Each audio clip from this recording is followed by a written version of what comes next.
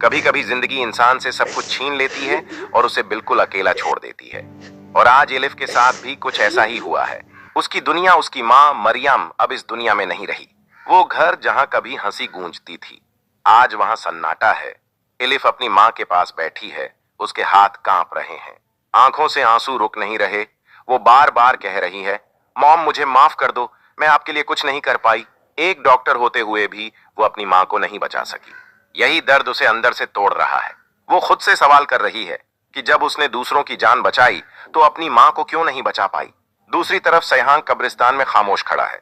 जब उसे सच्चाई पता चलती है कि मरियम वही थी जिसे वो माँ जैसा मानता था, तो उसकी दुनिया हिल जाती है। वो खुद से पूछता है, मैंने क्या कर दिया?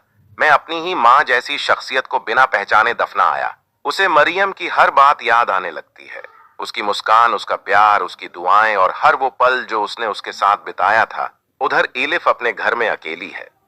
रात का अंधेरा उसे डरा रहा है, लेकिन माँ की कमी उससे भी ज्यादा डरावनी है। हर चीज उसे उसकी माँ की याद दिला रही है। वो खुद से पूछती है, अब मैं कैसे जीऊंगी, किसके सहारे जीऊंगी? तभी दरवाजे पर हल्की सी दस्तक होती है। एलिफ डर जाती है, उसका दिल तेज धड़कने लगता है। वो धीरे से दरवाजा खोलती है।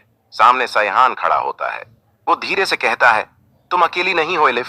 खुद को रोक नहीं पाती और रो पड़ती है सैहान। उसे संभालता है और दोनों के बीच एक रिश्ता बनता है जो दर्द से जुड़ा है। लेकिन असली सच अभी बाकी है। मरियम का रेस्टोरेंट गाजी यूसुफ ने तुड़वाया था, जो सैहान का पिता है। अब सवाल यह है, क्या एलिफ सैहान को माफ करेगी या उससे नफरत करेगी? सैहान भी एक मुश्किल मोड़ पर खड़ा है। एक तरफ उसका परिवार है और दूसरी तरफ एलिफ का दर्द और सच्चाई। क्या वो सच के साथ खड़ा होगा या अपने पिता का साथ देगा? आगे की कहानी में प्यार, नफरत और सच्चाई आमने सामने आने वाले हैं, और जब ये टकराते हैं तो सब कुछ बदल जाता है।